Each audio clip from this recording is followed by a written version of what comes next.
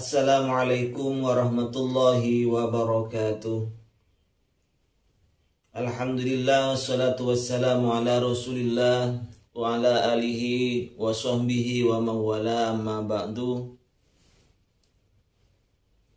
Kaum muslimin, pemirsa YouTube yang dirahmati oleh Allah Subhanahu wa taala, mencari ilmu merupakan kewajiban bagi setiap kita, setiap orang muslim, baik laki-laki ataupun perempuan. Dalam mencari ilmu ini tentunya kita harus ada beberapa syarat yang harus kita laksanakan, yang harus kita penuhi agar kita mendapatkan ilmu yang kita inginkan tersebut. Sebagaimana yang telah dijelaskan dalam kitab Ta'limul Muta'allim, ala la tanalul ilma illa bisittatin saumbika an majmu'iha bibayani. Ketahuilah bahwasanya kamu tidak akan mendapatkan ilmu kecuali memenuhi 6 perkara. Harus memenuhi 6 syarat yang akan dijelaskan di bait berikut ini. Zakain wa hirsin wa istibarin wa bulghatin wa irsyadi ustadi wa tuli zamani. Jadi 6 syarat tersebut, yang pertama zakain. Seorang santri, seorang pencari ilmu harus punya kecerdasan, harus zaka, harus punya kecerdasan. Yang kedua, wahirsin, harus punya kemauan kuat untuk mencari ilmu, untuk mendapatkan ilmu. Yang ketiga, wastibarin, harus sabar. Sabar dalam masyaqqat, menghadapi masyaqqat ketika kita sedang mencari ilmu. Sabar waktu kita mencari ilmu. Yang keempat, wa bulghatin, harus ada bulghah. Bulghah ini adalah biaya. Biaya hidup saat kita mencari ilmu. Wa irsyadi ustadin, yang kelima, harus ada bimbingan dari seorang guru. Mencari ilmu tidak bisa dengan otodidak, tetapi harus melalui bimbingan guru. Yang keenam, wa tuli zamani, haruslah zamannya itu lama. Jadi mencari ilmu tidak bisa ditempuh hanya dengan 1 atau 2 tahun, tapi harus tuli zamani. Dari keenam syarat ini, ternyata ada 3 orang ini yang harus sangat banyak berperan dalam mencari ilmu ini. Yang pertama tentunya adalah seorang muta'alim itu sendiri. Muta'alim itu harus punya kecerdasan, harus punya hirsin, kemauan sendiri untuk menuntut ilmu, bukan karena paksaan. Yang ketiga, dia harus punya kesabaran, sabar saat ia menjalani ujian waktu mencari ilmu. Yang selanjutnya yaitu tulu zamanin, dia tidak sebentar dalam mencari ilmu, harus lama. Jadi keempat ini adalah dimiliki oleh muta'alim itu sendiri, oleh santri itu sendiri.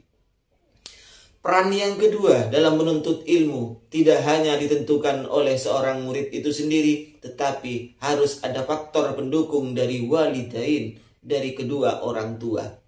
Apa faktor pendukung dari selain dorongan untuk mencari ilmu? Yaitu dia harus menyiapkan bulghah, dia harus menyiapkan belanja, dia harus menyiapkan sangu untuk anaknya yang sedang menimba ilmu. Yang ketiga, karena seorang santri tidak bisa belajar secara otodidak, tentunya harus melalui irsyadu ustadin, harus melalui bimbingan guru, bimbingan seorang guru.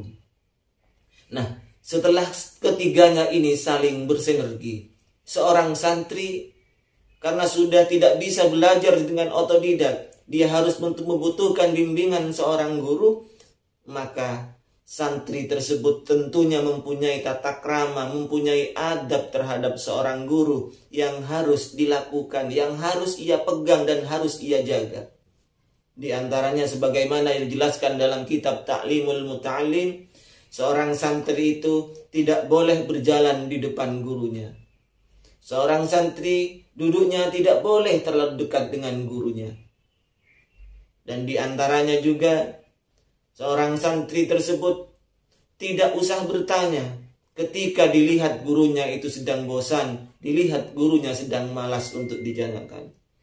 Dan seorang santri itu Jangan sampai memulai kalam duluan. Jangan sampai memulai berbicara duluan sebelum gurunya berbicara.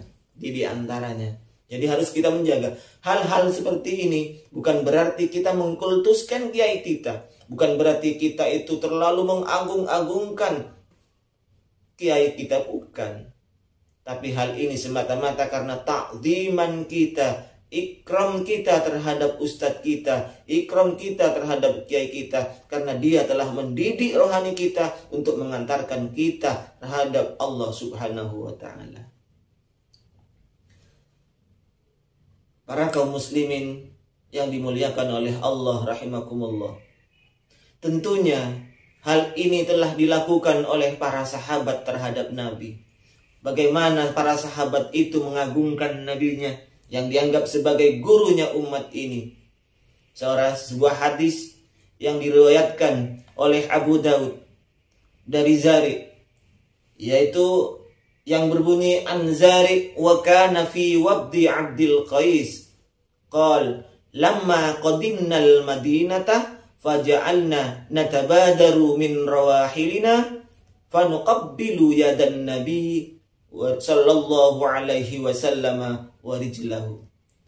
Diriwayatkan dari Zari, yaitu ketika beliau ini menjadi salah satu utusan dari Bani Abdul Qais, Zari ini berkata, lamma qadimnal madinata, ketika kami tiba di Madinah, sampai di Madinah, faja'alna natabadaru min rawahilina, kami cepat-cepat, kami turun dari kendaraan kami, fanuqabbilu yadan Nabi sallallahu alaihi wasallam, kami sungkem mencium tangan Rasulullah sallallahu alaihi wasallam. Bukan hanya tangan beliau yang dicium oleh para sahabat, tetapi warijlahu, dan kaki beliau, kaki Rasulullah sallallahu alaihi wasallam. Demikian juga yang dilakukan oleh para sahabat terhadap sahabat lainnya yang dianggap mempunyai kelebihan ilmu, yang dianggap ulama oleh mereka. Para sahabat tidak segan mencium tangan dan kaki temannya, tangan dan kaki sahabat yang lain. Sebagaimana yang dilakukan oleh Sayyidina Ali karramallahu wajhah terhadap Sayyidina Abbas radhiyallahu an, sebagaimana yang diriwayatkan oleh Imam Bukhari dalam kitab Al-Adab Al-Mufrad an Suhaib, yaitu dari Suhaib. Suhaib ini merupakan hamba sahaya dari Sayyidina Abbas. Qala, Suhaib ini berkata, Ra'aitu Aliyan, saya melihat Sayyidina Ali, yuqabbilu yadal Abbasi, mencium tangan Sayyidina Abbas, warijlaihi, dan kedua kakinya. Jadi hal-hal yang demikian ini, penghormatan seorang santri terhadap kiainya, penghormatan seorang santri terhadap ulama, ini sebenarnya sudah diajarkan oleh Rasulullah sallallahu alaihi wasallam, sudah dilakukan oleh para sahabat terhadap Rasul, dan sudah dilakukan oleh para sahabat dan sahabat yang demikian yang bisa saya sampaikan, mudah-mudahan bermanfaat. Allahu a'lam bishawab. Assalamualaikum warahmatullahi wabarakatuh.